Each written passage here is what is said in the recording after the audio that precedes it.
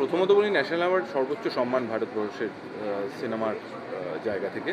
তো সেই জন্য আমরা খুবই খুশি, গর্বিত, এবং যেটা আমি বললাম একটু আগেই যে যখন একটা ফিল্ম ন্যাশনাল অ্যাওয়ার্ড পায় তখন যারা এই গোটা দেশের যারা ফিল্ম সিরিয়াসলি দেখেন, লেখালেখি করেন, ফিল্মের লোকজন যারা আছেন, তারা সেই ছবিটি সম্পর্কে আগ্রহ যেরকম বাড়ে, তারা এই ছবিটি দেখে বোঝার চেষ্টা করেন যে আচ্ছা তাহলে এইটা যদি বেস্ট বেঙ্গলি ফিল্ম হয় তাহলে কী ধরনের ছবি হচ্ছে, আমরা কী ধরনের ছবি করছি, কী ধরনের পারফরমেন্সেস বা স্টোরি টেলিং কীরকম, ট্রিটমেন্ট কীরকম, ক্যামেরার কাজ কীরকম হচ্ছে, কাজে একটা দায়িত্বেরও যায়। এবার এটা অনেক আমি দেখেছি, আমার প্রাক অভিজ্ঞতা বলছে যে যখন বিসর্জন রিলিজ করার ঠিক কিছুদিন আগে আমরা খবর পেয়েছিলাম যে ন্যাশনাল অ্যাওয়ার্ড পেয়েছে, সেটা আমাদের খুব হেল্প হয়েছিল, প্রচুর মানুষ ছবিটি দেখতে চেয়েছিল। আমি ইতিবাচকভাবেই এই দিকটা দেখতে চাই যে এই আগ্রহটা যাতে থাকে এবং মানুষের আগ্রহ হবে যে কেন ন্যাশনাল অ্যাওয়ার্ড পেলো, বা ন্যাশনাল অ্যাওয়ার্ড যখন পেয়েছে শিলমোহরটা তো পড়ে গেল, তাহলে এবার দেখতে চাই। আবার একটা অন্যদিকেও আছে, আমি সেটা ক্যামেরার সামনেই বলছি, অনেকে আবার মনে করেন যে এই অ্যাওয়ার্ড বা ফেস্টিভ্যালে যাওয়া মানে ভীষণ দুর্বোধ্য আতেল ছবি, আমি একদম শব্দগুলোই ব্যবহার করছি। আমার মনে হয় না ডিফ্রিজ সেরকম একটা ছবি। ডিফ্রিজের গল্প এমন কিছুই দুর্বোধ্য নয়, এমন কিছুই আঁতেল নয়, বরং এই চরিত্রগুলো বা এই ঘটনাগুলো আমরা আগেও দেখেছি। বিশেষ করে বাংলা ছবির ক্ষেত্রে রিলেশনশিপ নিয়ে গল্প এবং তার ট্রিটমেন্ট, সেই নিয়ে আমাদের সমস্ত পূর্বসূরীরা, তাবড়ো তাবড়ো পরিচালকরা, অভিনেতা অভিনেত্রীরা কাজ করে গেছেন এবং দারুণ দারুণ সিনেমা তৈরি করে গেছেন।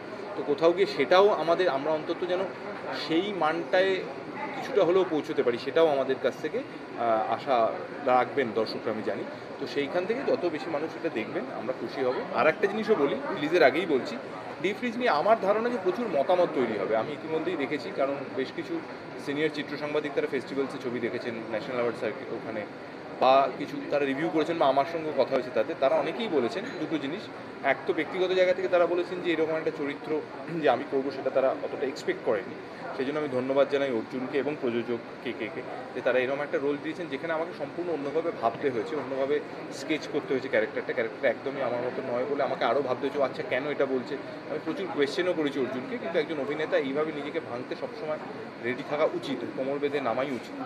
আর ফিল্মের ক্ষেত্রে আমি দেখেছি অনেক রকম মতামত এসেছে, অনেকে বলেছেন এটা কেন হলো, এটা কি করে তোমরা বললে, এটা কি ঠিক নাকি, এটা কি হতে পারে।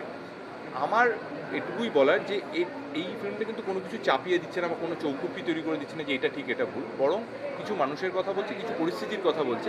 এবার সেই পরিস্থিতিগুলোতে মানুষ কীভাবে রিয়্যাক্ট করছে তাতে কেউ এগ্রি করতে পারে, কেউ এগ্রি নাও করতে পারে, কেউ হয়তো অন্যভাবে ভাবতে পারে, কেউ রেগে যেতে পারে, কেউ একটু উদাস হয়ে যেতে পারে বা ভাবতে পারে। ডিফ্রিজের বেসিক পারপাস, ডিফ্রিজের মধ্যে সিনেমা সেটাই, যে এই ভাবনাগুলো আসুক, মানুষ সিনেমা নিয়ে আর একটু ভাবুক, গল্পগুলো নিয়ে একটু ভাবুক, গল্পগুলো, সিনেমাগুলো, চরিত্রগুলো একটু থেকে যাক ভিতরে। তো আমি এখন 21 তারিখের পর থেকে সেইগুলোরই অপেক্ষায় থাকবো। আমি যেতে পারিনি কারণ আমার প্রথমত শুটিং চলছিল, শুটিং যাবে থেকে শেষ হয়েছে, ডিফ্রিজের প্রমোশন শুরু হয়েছে। আমি চেষ্টা করবো, আর ফেস্টিভ্যালে গিয়ে দেখাটা কোনো দিন খুব একটা হয়নি, একদম মানে যখন কলেজে পড়তাম তখন হয়েছে, তারপর থেকে যত থেকে কাজ শুরু করেছি, বরং ওখান থেকে ওই মানে জেনে নেওয়া। আর স্ক্রিনিং কমিটিতে থাকার সুবাদে বেশ কিছু ছবি দেখা হয়ে যায়, সেটা তো নিজের মতো করে দেখতে হয়, কারণ তার একটা আলাদা কাজের দায়িত্ব থাকে।